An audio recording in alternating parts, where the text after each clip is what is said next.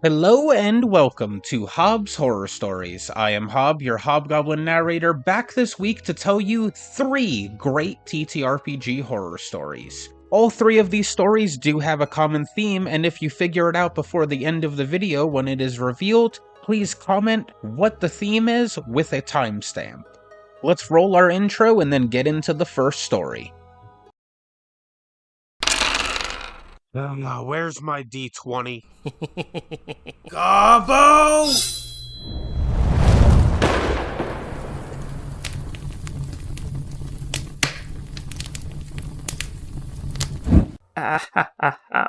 Worth it. The first story I have for you today comes from Reddit on r/rpghorrorstories Horror Stories, and was written by a deleted user. I wonder why. Let's figure out why they deleted their post after this one. The title of today's story is Removed Without Warning from D&D Discord Group. Hey, this happened years ago at this point, but I wanted to know if any players had similar experiences. I was in a homebrew mega campaign on Discord for about a year, give or take a few months, and I was playing a chaotic character. Whenever I play a chaotic character, I check in to see if I need to make any adjustments, pretty regularly, to make them player-friendly. I was then unceremoniously removed without a warning because A. I smoked MJ, which I have a prescription for during sessions. They were audio calls, not video, and 9 out of 10 times I would mute myself while I smoked. And B. I made other players uncomfortable. Mind you, they removed me without warning. The information I got regarding my removal was information I had to inquire about. Mind you, if my memory serves correctly, there was a rule where admins would talk to you if there were issues, and I received no such communication. It really sent me down a spiral because at that point I had connected with some of the players, or at least I thought I did. I don't even know if this post will be allowed in this subreddit. If it isn't, then let me know a subreddit it would fit in.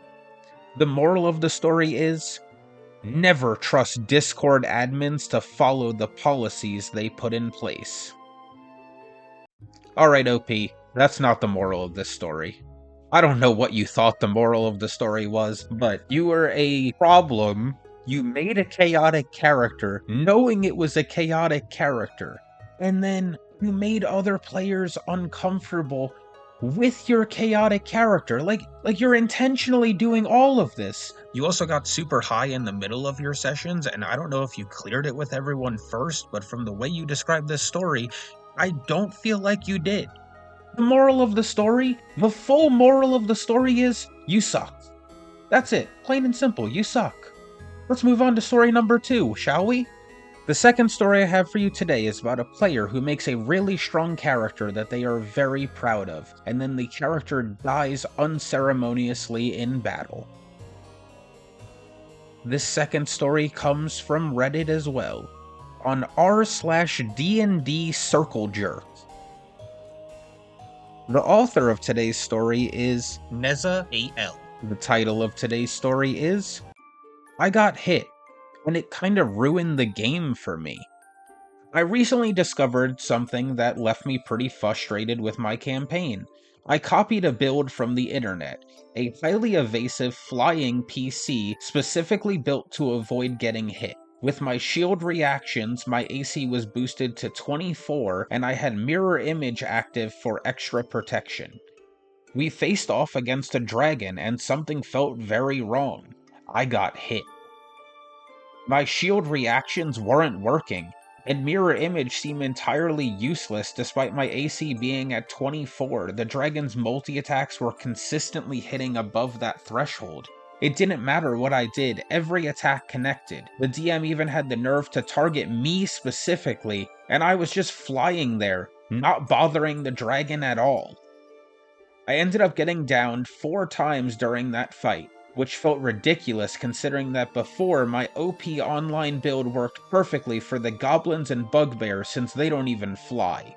After the session, I bitched to another player and he totally confirmed my delusion that the DM had to be fudging the dice roll specifically to make sure my character got hit. For sure his justification was since I didn't ask him personally, only that one player, that my character's evasiveness was ruining the fight and throwing off the game's balance. I get that DMs sometimes play by the rules for the purposes of playing the game correctly, but it feels incredibly disheartening when it's done specifically to hit me, since I specifically don't want to be hit. It feels like all the copying and pasting I put into making a highly evasive character was intentionally invalidated.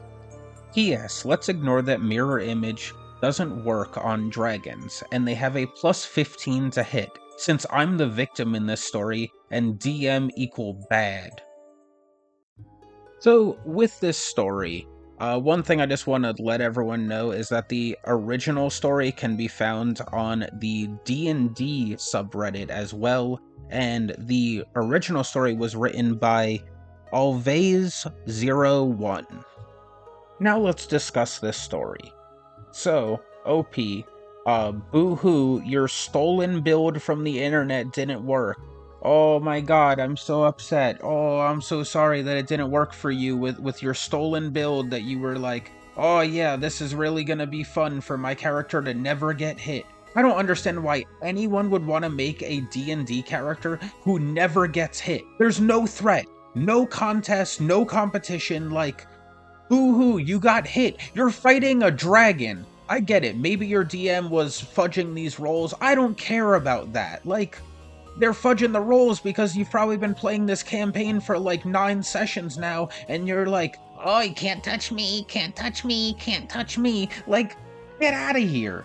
Just make a character that's gonna have fun in the game. Make a character that's going to be a cool concept because it's fun and you enjoy the character, not because you're making a character that, oh, I want to make sure no one can ever hit me.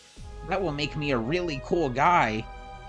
Altogether, if you want to play a high AC character and fly around and you're doing it because, oh, that would be a cool character concept, do it, but don't do it intentionally trying to break the game and ruin the fun for other people at the table.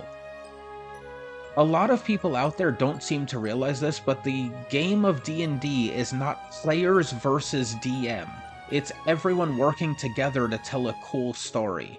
And everyone at the table should be having fun, not just you and your broken build. With all that being said, let's get to the third story today. Yay! This next story, I'm just gonna let you hear the story. We're just gonna jump right into it. This story comes from r/rpg horror stories on Reddit and was written by D-Man Maker. The title of today's story is Am I the A-Hole?